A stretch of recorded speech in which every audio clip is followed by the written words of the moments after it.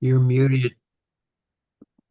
So yeah, I'm really excited about this topic of soul retrieval. It really um, it touches me deeply because of the experiences I've had with it directly of helping people with soul retrieval and the classes I've taken and the understanding of what is happening with the soul being fractured from our whole. And it's so moving and it's healable. That's a word I just made up. And so I'm really grateful for the opportunity just to talk about what I know, which is just a little bit. But the nice thing is in transpersonal hypnotherapy course, we soul retrieval was a big part of a section that we had to learn, study, read books on it from other hypnotherapists and therapists, psychotherapists that have been practicing it and their experiences. And then, of course, we did our practicums and practiced on each other. And I'll share one of those stories with you that I experienced. I'll share two stories that I've experienced with that. But the thing is about soul retrieval, many of us today, we don't feel whole. We sometimes feel a little unclear or not fully present. Like you could be sometimes thinking about something or looking in the mirror and just saying, I'm not all here. I just don't feel completely here. Grounded. And we might just kind of blow that off to not knowing, really, for the most part, we just don't know. And we can think of stories and whatever, make things up, but there could be parts of you have left and they need to be brought back. The nice thing is that when we don't feel whole and people walking through the planet feeling disassociated from themselves, a technique exists with dealing with this human condition, and it's called soul retrieval. And it's been practiced by shamans in the Neolithic period, very, forever. And according to the shamans, one of the major causes of illness and disease is soul loss. And, your soul is your essence, it's your consciousness. So when a part of your essence leaves your body, that is soul loss. And in ancient times, shamans believed that a big part of soul loss was fear. A person would experience something terrifying, they'd be so scared, and a part of them would leave. Yeah. And if we're talking all the way back to the Neolithic period, you can imagine, right? Yeah. Today, we find soul loss is a result of trauma, and we have lots of the big traumas that come to mind: incest, abuse, loss of a loved one, and that could be death or the breakup of a relationship, surgery,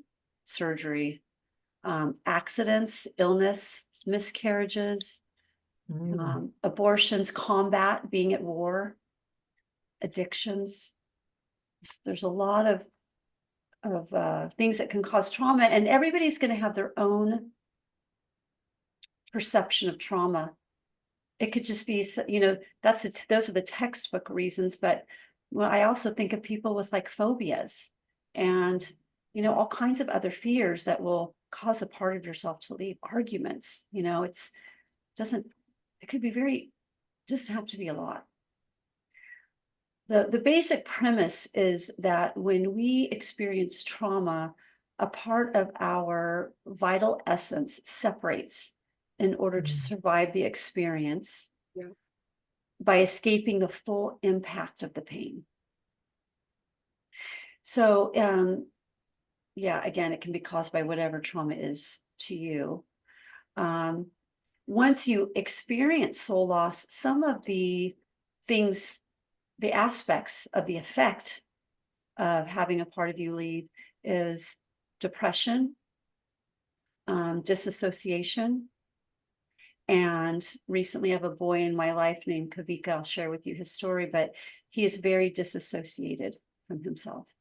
when he was, his father, who is the one that I know barely, his father's in Jamaica, his father discovered he had a son when Kavika was 4, and his mother was running around Oakland, in the winter with Kavika tucked under her arm looking for drugs, and he had no clothes on but a diaper.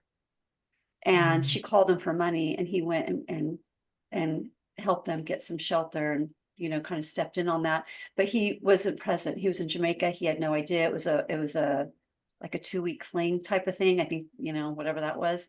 And she died when Kavika was 4 from a drug overdose. And then he lived with his grandmother, his mom's mom, who was a tyrant, which is, you can imagine how his mother turned out, and an uncle, mom's brother. And we found out later that he was abused physically and emotionally growing up in that house. And so he came into my life because he moved in with his stepbrother down the street from me. And his father, the guy I mentioned in Jamaica, he had another woman here, my neighbor, with his son. And this woman took Kavika. It was not her son. It was not her stepson. She took in Kavika and had him here living down the street through high school, junior high and high school. And he started disassociating after high school. And I've done some research with therapy. And what happens is when you can experience all of this pain and suffering as a child, it comes into play when you're an adult and you have to navigate the world independently and alone. All that fear that's been in your amygdala is coming forward to your neo, and it's, all this fight or flight and fear. And he obviously had a bunch of separations before during his childhood, but he experienced one when he graduated from high school, and he just went blank. He literally just went blank. It was time for him to move out. He had to go into the world. He had no family, and he had fear of separation, and part of him left. And he was walking the streets, became homeless, and he couldn't talk, and he smells like urine. I mean, this is a kid that I've been hanging out with my son, and all of a sudden got checked out. That is a major case of soul loss. And he's working with my friend Brett right now. Brett Farrell, our friend that helped that girl Crystal that had the coma, get her back in her body, which she has made huge strides because of him. I shouldn't say because of him, but his help in that work. And he's going to help Kavika. I showed him the picture, and he looked right at it. He says, oh yeah, he's got entity attachments and major soul fractals. So he's going to be on the amend. So I'm happy about that. The reason it's important to go the spiritual realm through our guides and our teachers and gurus and shamans and hypnotherapists for this healing is because it's a deeper level of us that is not with us, that we need to go into a trance state, connect with them, and bring them back. When you go to therapy, which I honor therapy for many ways, but for soul loss, depression, anything that's the effect is you're in this chair because of soul loss and maybe you don't know it, is therapy only works on the parts of you that are home. That are what? Home. The part of you that's sitting in the chair, conscious. It takes years and years to get so deep in somebody's subconscious to get a soul fractal back, because it's a one-on-one. You got to connect with that piece. So I mean, I can imagine it might work after a decade. I don't know. I don't know. When people experience a broken connection with their essence, they turn to alcohol and they turn to drugs, and they're looking for something to fill this void of the soul loss. So a lot of people that we think as bipolar or split personalities or all of these things could be soul loss, and they are, they're just filling the void other ways. And as we've said, as we go through this, dissociation is a major aspect of soul loss, and many therapists recognize that parts of the self can become separated, leaving the person estranged from their essential self. I mean, the therapists are coming to understand that, and they give examples of it. They won't call it, keep in mind, they don't call it soul loss. The therapists call it disassociation, right? I don't know if they've made the connection. I'm sure many have, but many have not. And then, there's all kinds of examples that therapists will give of overwhelming pain a person experiences, like an incest, and the shame and the embarrassment is just too overwhelming. And so a part of them leaves, or if the trauma is too terrifying, they need immediate relief, so they leave. The easiest way I've been told, because I disassociate, because when I was in the military, the therapist called it, you know how when you drive from point A to point B and you have no idea how you got there? That's Yeah. disassociating. That's right. That's right. Yeah. And Steve and I have a really good friend that was severely abused, and he disassociates regularly. And he disassociates when he needs to do something for himself to take a step forward in life, like get a certain license or certificate for work or whatever. He literally leaves. His conscious leaves. He goes like this. I've given him a few sessions, and he just puts his head, and I know he's disassociating. He goes like this, and he's not hearing me. He's gone. He's out of the room, and I have to wait, and then he'll come back. Enough of him will come back that he can be conscious, and he doesn't remember.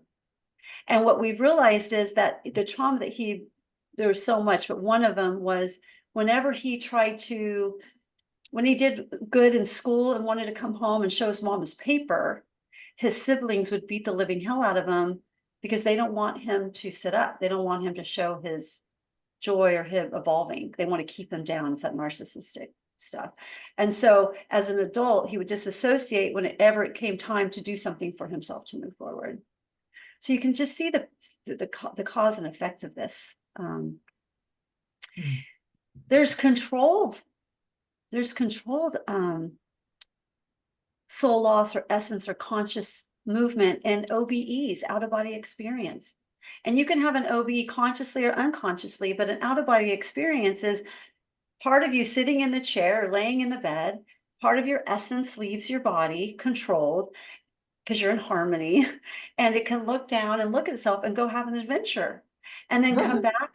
And part of your essence is staying in the body. The vitals are going. It's conscious of people walking in the room, and come back. It's time to wake up. Right. So we know just through out of body experiences that it can be controlled. And then there's remote viewing, right? FBI hires a remote viewer and CIA.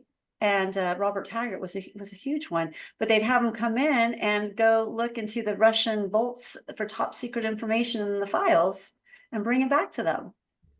So, remote viewing, that's just a part of your essence leaving to collect information and bring it back.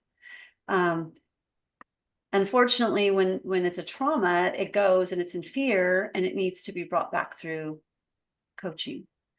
So yeah, so how do you bring back the soul? How do you retrieve the soul? And in shamanism, ancient traditional shamanism, they would go about it by capturing or trickery to get that soul back in. Modern day, that's not what happens anymore. We understand that it's super important for that soul part, that fractal, to make the choice to come home, to know that there's not going to be anything scary there, and what's changed. And so one of the things that we learn is it's really negotiation. It's negotiation with that piece. And one of the most common first steps is to explain to that child. Usually it's a child that you're looking at. It's the essence of a young child, and you're talking to this child, and sometimes you have to go revisit the trauma, but it's nice if you could just keep it present and not bring that experience in. Sometimes you need to have it understand it is a fractal, and that there's a whole that it needs to come back to. I mean, it's really important that it understand it has to come home, because there'll be pushback. Sometimes a child could be having this experience where it's at the old house playing hopscotch in the backyard and eating ice cream, and it's fine, it's happy, it's safe, it doesn't want to come back, So the way to get to negotiate is you have it remember, you talk about what it was that it liked in its childhood. Ice cream. Candy. Well, you think of the good things that it remembers, and you start talking about that and saying, what's really cool about being an adult, you can have as much ice cream as you want. You get to drive cool cars, and you have fuzzy blanket pajamas, onesies as an adult, and you're talking to this child, and you're having it understand the benefits. This is more the one that's kind of pulling back and holding. The majority of the time you'll find it wants to come home. It's in fear. It's living in a dark place or in a void. And it's kind of, sometimes it's in the two experiences I had, they were in a time capsule. So they were still kind of stuck in that place. And because there's no such thing as time, right? It's all happening simultaneously. So you can get kind of in a time capsule and just stay there.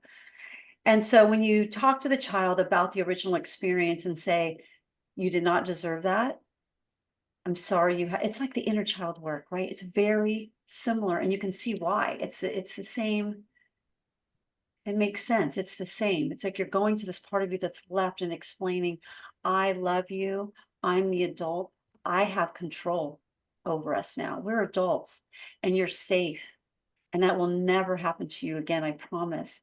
And there's so much to look forward to. Come join me. Come hold my hand. And you put your hand around the child, and you just bring that spirit, that essence back into yourself through a mutual understanding of love. And so it's powerful. And then when you come home, now you're home. Now you've got this peace back in you. There's got to be a change on your part. I say your part, of the client's part, of the person's part, of changing a lifestyle. If they're in a current family or work environment that's abusive or toxic, they got to change that. They have to, now that they're complete and there's all of them there, there's more clarity, there's more harmony, and the change can happen easier because you're not as, you're whole. You're whole. It's kind of like the difference between being half asleep and fully awake. I mean, we know the power of being fully clear in consciousness. And when we're daydreaming, it's a partial reality of control, we're just kind of in the midst of an experience. And so family, lifestyle, diet, relationships, work, there's all kinds of things that can be adjusted to be in more harmony with you as a whole person, because you don't want to lose that peace again. Not that it would.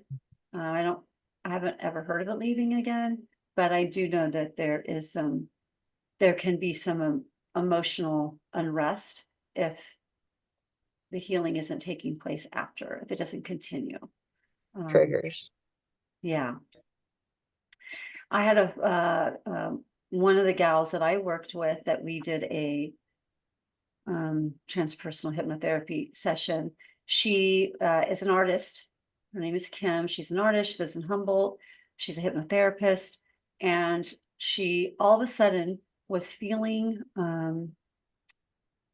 for a month, just depressed, just depressed. And she's like, Tisha, I'm walking around, she's this bright soul. She does massage, hypnotherapy. She's an artist. She's just amazing. And she felt like herself coming in, her shoulders going down, and she walked everywhere with a hoodie with her hood on. And she goes, I was just walking with my head down in the streets and just feeling this tug, like this depression. I didn't know what it was. And I want to do a session. Let's just see what happens. And this is my first soul retrieval. I did not know we were going to do a soul retrieval, but it happened. And she was in trance, and she went to her happy place. And then we walked down a path. And when you do these sessions, when you set your intention that the guides come in and the experience is meant to take us where it's meant to go with full guidance, full acceptance of knowing we are supported and guided, and it's going to be a healing. It's going to be whatever that person and I need together as one. So that's the fun of it, right? It really lets go of any attachment to outcome, which I have let go of a long time ago, because it's perfect for that person and myself. But anyway, we go into the trance. She goes to her happy space, and then we do this bridge technique where you go across the bridge, and when you finally get, because you're deepening, and then you get off the bridge and you step onto the ground, and you are in a a place, a memory of that needs to be healed.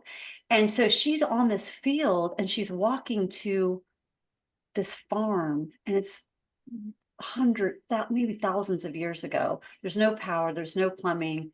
And she sees this lifetime. She's all of a sudden she's privy to a whole lifetime of her being a young girl, and there's a neighbor next door, and it was a boy, and he was broad shoulders and really cute, and they had a crush on each other. And then they grew up, and as they did back then, you just marry the neighbor, and she married the neighbor.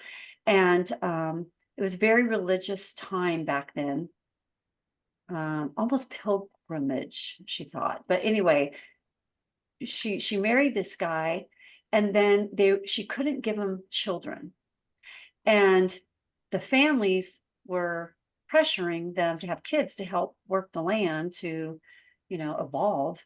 And there was a lot of darkness in the house with the man, and he was violent, and he started beating her, and then he killed her. He killed her by strangulation in her living room. And she was experiencing this. And I said, is it too much? She said, yes. I said, okay, come out of your body and just watch. So she came out, and that was more like a movie, and she's watching this happen. And I'm being guided just to keep with, this is happening. We're just going, we have to fully trust what's happening. And so she sees herself leave her body. And not all of her leaves. A big part of her goes and sits in the corner of the room. Wow. And now so part of her leaves, part of her stays, and now she sees the part of her experience the funeral. And this part was terrified. It was shocked. It felt unprotected. My parents are 2 doors down. Nobody's helping me.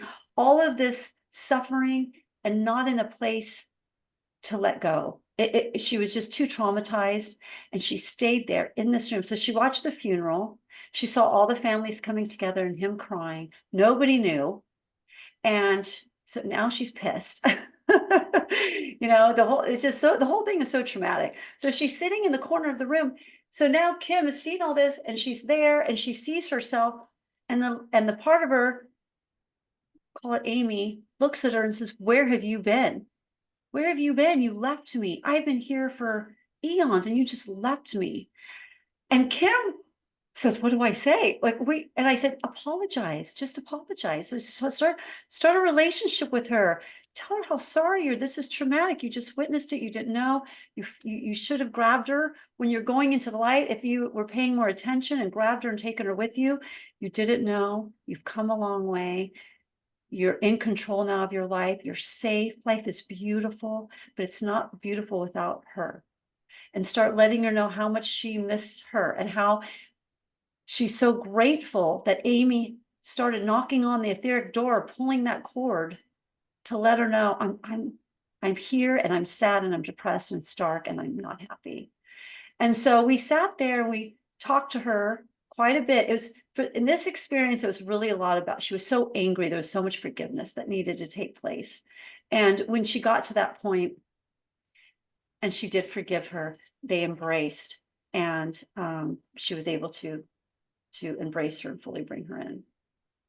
And so she had her healing. And she said after that, she had some interesting cravings. I don't remember what they were, but some interesting cravings for food that would be appropriate for that time frame. I don't know. Maybe there's a lot of mashed potatoes, but it was interesting. And but she felt better. She felt lifted. The light was in. She was whole. Her artist ability. She really dove into her art in a new way. And I will send you some pictures. She's an amazing, amazing artist. She's amazing. So that was that. And then recently in Bali, I was with a guy. They had us do Akashic record work. So we separate, and we're practicing. And I'm having this guy, and he says, and we learned that about soul retrieval in the manual of Akashic records, that you can go and meet people and have your records open. So there's a high frequency state of being while you're doing the work. And it can be the foundation to all of your work, whether it's hypnotherapy or you're meditating or whatever. So the books are open. And I go into his records and I say, okay, what do you want to know? I've got your records open. And he says, I don't really know what to ask. He said, I just don't feel complete. I don't feel whole. I just feel lonely and I can't connect with people. And I don't know. I'm like, well, you got to formulate a question. So maybe we can ask, what is it that's causing me to feel this way and how can I heal it? Because you can't ask why, right? So he said, perfect, ask that. So that's what we asked. And then I said, okay, let's just breathe into that for a minute. Let's just close our eyes and let's see what happens. And then he was given an image of him in a room with his father, who was abusive. And he was, he's Indian, and I don't remember what part of India he's from, but his relationship with his father was very timid with the whole house. He had a bunch of sisters, and his mom did not say anything. So she was in fear too. So I don't know if she was abused as well, but anyway, we go, there's a memory, he's there, and he says, I see myself, I'm a child, and I'm in a room, and I'm hiding.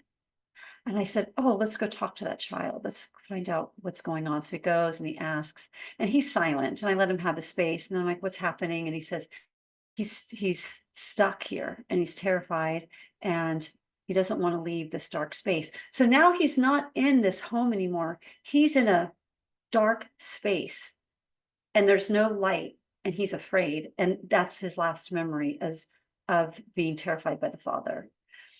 And I said, okay, well, let's ask this boy, talk to the boy, ask him if he's ready to come home. And then the boy's like, no, I'm afraid to leave this space. So then we did you're fine, you're safe, he's an adult, it's controlled, and, and walked him through what life looks like as an adult and where he lives. And he's in Bali right now, and life is beautiful, and he's got a guru, and things are safe, and there's so much light. There's so much light where to be back in the hole. And the boy agreed, and they hugged and they immersed, and he immersed that essence back into himself. And while he's talking to me, tears are running down his eyes with his eyes closed. And when he came back into the room, I said, oh gosh, how was that for you? And he said, I have not cried. I have not experienced a tear since I was a child. And so I knew that child had come back into him, and he was feeling that pain that he stuffed so deep down. So he's able to have that soul retrieval and heal. And as I'm speaking, I'm realizing that we need words to explain these situations.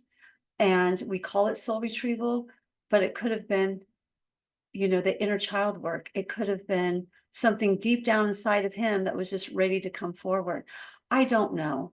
I'm just sharing what I have learned, and these are the words that we use. But when you have these experiences, it could be, you might have other words for it,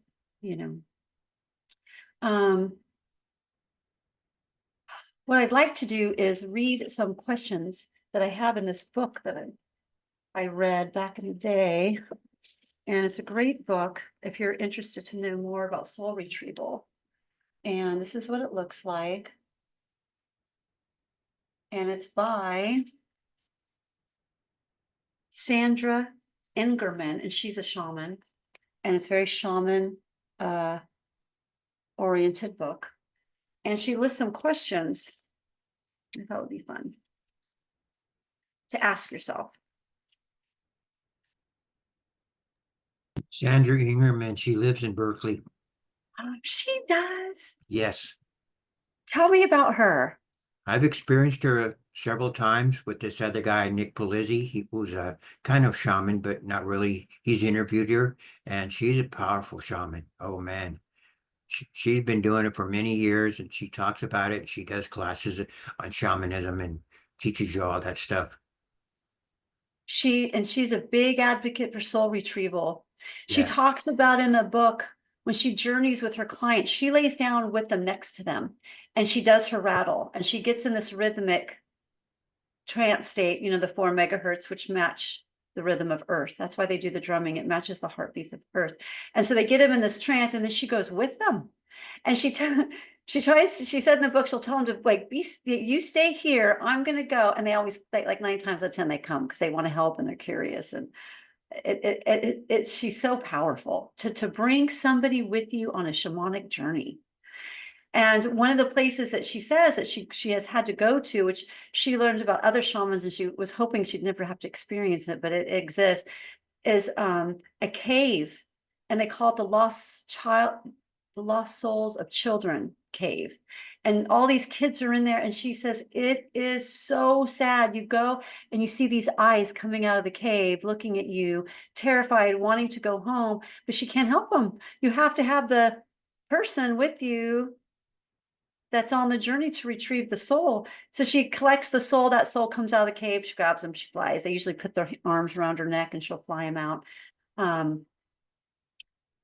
So yeah, and then, I wanted to share another wonderful place to experience soul retrieval that you could go to have this experience, help other souls, is through TMI, the Monroe Institute. The Monroe Institute, TMI. That's Robert Monroe, wrote the books on out-of-body experience, wrote the 3 books, and then Tom Campbell was underneath him. He created the science lab to record all of the OBEs. And so the Monroe Institute is in Minnesota. And if you go on their website, you will want to sign up for everything. They have these rooms that you go into and they play beats by beats. What are they called? Not bipolar, bilateral beats. And they play them and they know how Not to binaural. Not binaural. binaural. Thank you. Binaural beats to get you into a trance state, and they understand there's different levels of frequency, and they're from 0 to 27, and they will put you in a frequency field. And a guy's talking to you, on a speaker in the other room while you're in this room with no sound, the binaural beats. It's this guided meditation, and you go save souls. You bring your souls back. You help other souls.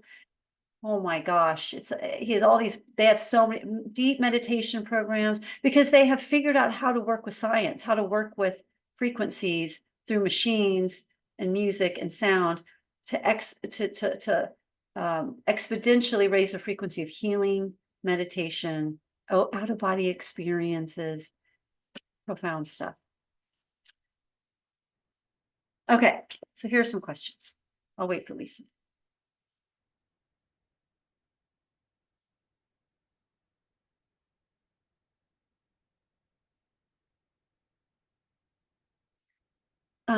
I'm not going to do a group soul retrieval because I need to do some more digging on it with the Akasha, because it's so deep and powerful and it could be a lot. And if there's trauma, it's so important to be with the person one-on-one, I feel. Even when Hobby and I sat in his car and we did a really powerful, deep inner child work together, he was so knocked out and affected that he couldn't eat lunch that day. He was just really absorbing what was happening and the shift of energies. And Hobby, do you want to share that? I mean, Yeah, well, it was super powerful, but immediately after, I couldn't eat. And then also my body was like shedding, processing, like I had to keep going to the bathroom. So you want to make sure you have access to, being able to take care of yourself wherever you are in time to do it. So we had no idea. Well, maybe Tisha did. We didn't know how powerful it would be. And it was amazing. But then afterwards too, it was like at least, a week of a lot of tiredness too and things as it was all integrating, and processing. But amazing and totally awesome, but just got to be ready for something maybe big to happen. Yeah, something maybe big. And it could be super light, but to hold a group, and I can't be with you one-on-one to sense what's happening and to be guided to ask the questions and guide you through it. I just don't feel that would be very responsible. But there's lots of people that do it. I mean, lots. You can just look like Brett Farrell in Australia. He's amazing. He's working with Kavika now, and I will keep you all, if you're interested, updated of the experience with his soul retrieval and entity removal. It's such a great case study, right? Because we're seeing it, we know the story, we know what happened all of a sudden, and then what happens next. It's just going to be a really wonderful thing to watch. And I'm being light because I know great things are going to happen for Kavika, and he's super blessed. And Brett says, "Oh, Tish, you're such an angel." I'm like, I'm not doing the work. I'm sending him to you. I mean, I'd like to think, yes, we all have angel essence. Of course, I will take that compliment.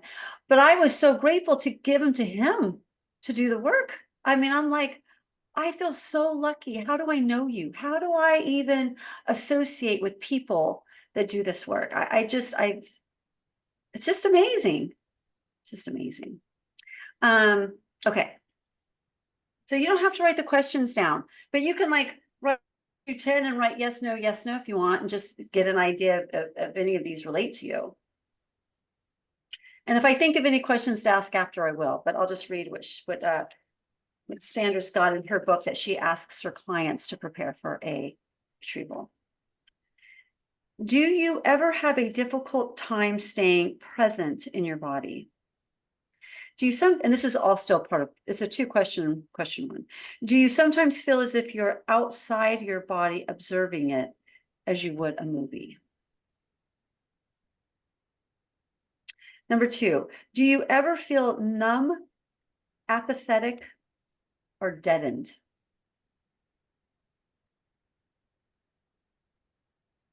Do you suffer from depression? Do you suffer from chronic depression? So there's different levels of depression. Big reason for cause of soul loss. Do you have problems with your immune system and have trouble resisting illness? Resisting, good word. Number 5, were you chronically ill as a child? Number 6, do you have gaps in your memory of your life after age 5?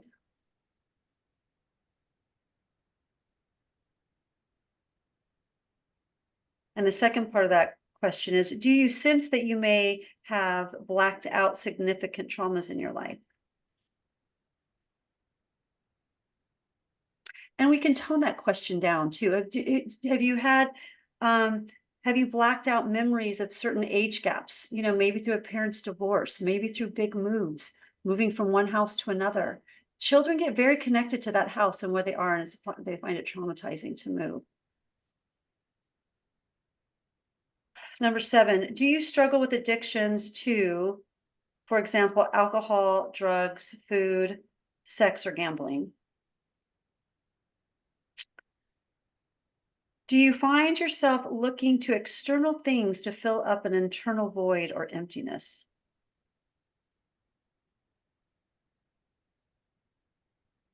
Number 9, have you had difficulty moving on with your life after a divorce or the death of a loved one?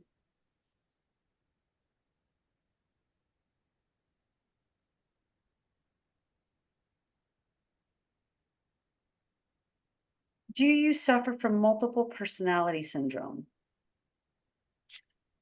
If you answer yes to any of these questions, you may be dealing with soul loss. Important parts of your essential core self may not be available to you.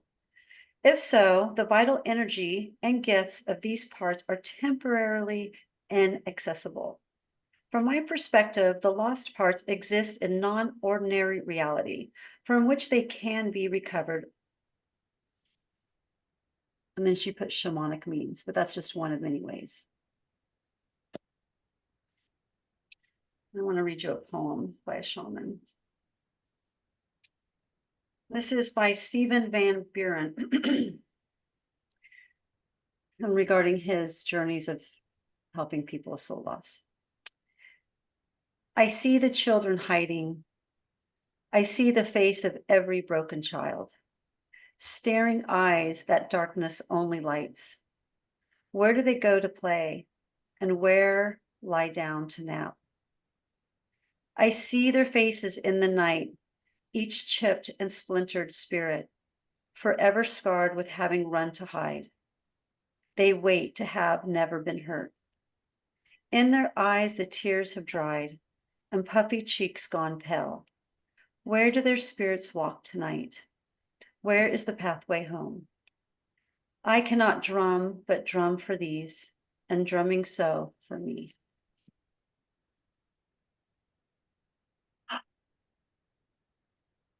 So many beautiful people out there doing the work.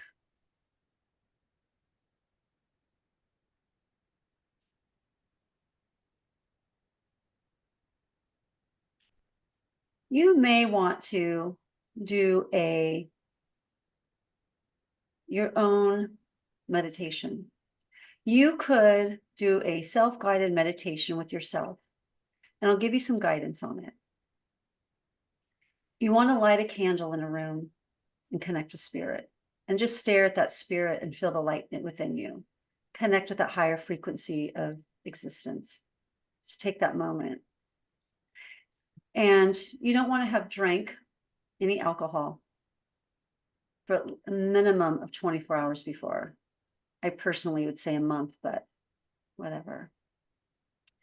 And you want to repeat to yourself 4 times, I am looking for any lost parts of myself that would be helpful to have back to this present time. And you just ask it 4 times over and over. I am looking for any lost parts of myself that would be helpful to have back to this present time. I'm looking for any lost parts of myself that would be helpful to have back to this present time. And allow yourself to go into a meditation. You can get a YouTube music of shamanic drum and allow yourself to connect with your spirit animal, connect with your guides, call them in, be present with them, and ask them to take you on a journey to your highest and best good of connecting with the parts of yourself that you want to bring back to this present time. Don't be afraid. You will only experience what your guides want you to experience. We in this group are very high-powered beings. I know that it would be easy and loving and supportive. And just get with that kid and have this lovely talk. The reason I shared so many examples is so it'll easy come to mind of, finding out what their fear is, letting them know you're adult, that you have total control, and then asking them what parts of them gave them joy at that age, and bring that part, talk about that part as an adult. Make a promise that you will hold to of having ice cream that night. And sometimes when I was in Bali, our teacher was sharing with us when he had a soul retrieval experience and he saw his child. This child said, I don't believe you.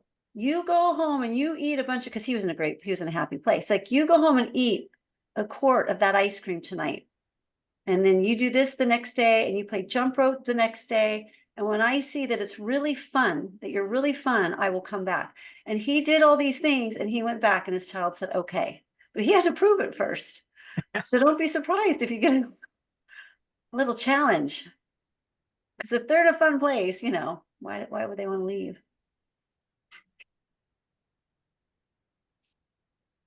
So yeah, do that for yourself.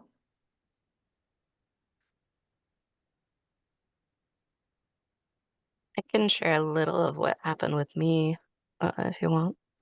Please do. I'm done talking at you. So I was active duty when I found out that I was disassociating. I had lost family members. My truck had gone in the shop. I'd been a mom of my daughter for a year, breastfeeding, being a single parent. Like, I had no friends. I was full on survival mode. And when I found out that I was disassociating, I was like, well, now it makes sense on why I forget so much. I could do an entire day at work and have no idea what I'd done. And it gotten to the point where they're like, you need to constantly take notes, because I was working at a desk and they're like, we need to know who called and what jobs were done and whatnot. And I couldn't tell you that by the end of the day. And I got to a point where I was just like, I just got to finish my contract and then I'm out and like whatnot. And they end up medically retiring me and whatnot. But the first time that somebody actually understood it, they actually did hypnotherapy with me. And the biggest thing with doing anything is that you have to recognize that there's a problem and then actually be willing to work through it. And that's the reason why so many people don't want to go back into their childhood, is because you don't want to deal with the pain. You're scared that the pain's going to be worse than what you can handle. And it was surprising to me how many times I was terrified of that. But then once I actually felt it, I was like, that was like way easier than I thought it was going to be, or not as painful or whatnot. And if even just from the time that I met my husband to now, I'm like a completely different person than what I was. I don't let people control me. I don't do things that I are crossing boundaries. Like I've had to cut my parents out of my life, my siblings to a certain extent, and like all these different things. And I mean, I don't live a normal life and I love it. And I mean, there's just little things, and every once in a while I still get triggered by stuff. And then I'm like, okay, what's going on? And have to kind of be like, okay, am I numbing myself, or am I actually allowing myself to feel? Because that's what I grew up with, is every time something traumatic happened, I would just numb down and shut up and be quiet and hide. I have memories of hiding in my closet or hiding under the bed when my parents would go on trips and there was nobody that would come and find me. And Right. all these little things that I have to go back to, um, which reminds me, I was playing hide and go seek one time and I hid in a closet and I started getting claustrophobic because I reminded me so much of hiding in my closet as a child. And I had to really calm myself down, because it can be such a little thing. Um, after I got out of the military and stuff, I'd see a semi truck go by that was just a flatbed, and I'd get triggered because that was the type of trucks that I drove. Uh, and it would be an instant thing, and it's hard to describe how you shut down because it's different for everyone. But when you're disassociating, I can go through an entire day of disassociating and nobody around me notices. The only person that notices is my husband most of the time. Sometimes my daughter does now. But it's one of Right. those of most people just, oh, you're just doing your day-to-day stuff. You have Yeah. no clue that that person's not in their body mentally at all. Right. Thanks for sharing that. I really love the part where you said it seemed so scary. And then when you were there, it wasn't as scary. Karen, did you turn off your mute? Oh no, I was hoping you were going to share. Everybody turn off their mute. I'd love to hear everybody's thoughts and experiences. Do you remember my sharing with you the experience that I had when you and Michelle were so small and your dad? Oh yeah, the divorce. Yeah, your Yes. dad had Share left that. and it went on, but it was obviously everybody's lost someone. So everybody understands immediately the trauma and the hurt and the rejection and all of the stuff we do to ourselves. It's like, I don't hurt enough. I need to hurt myself more. I don't know why we do that, but we do. So I was waiting for a client. I was in real estate and I was waiting for a client. I was in a little coffee shop. It's about 2 years later. And and this is a theory, but my theory is because we, all three of us, were walking wounded, where my spirit was the least of my problems. It never even occurred to me that there was a part that was missing that was also contributing to the hurt and the trauma and everything. So I'll put that aside. So I'm sitting in this little coffee shop and I'm sipping a little cup of coffee. Nothing is going on. Not high, not low. I'm just waiting for a client. And all of a sudden, literally out of nowhere, the entire right side of my body that you see is left wishes in. Just something just wishes in. And I went, "Whoa," because I wasn't on drugs or alcohol or anything. And it was a physical manifestation. And in that instant, I recognized that my spirit had come back into my body. And the flash that I had was it had been tethered. And it took years of thinking about it because it was so supernatural that it finally dawned on me that it had been so traumatized. The spirit, that holy, special, precious, perfect thing that's part of us all, couldn't handle it anymore. And it literally just drifted away. And I was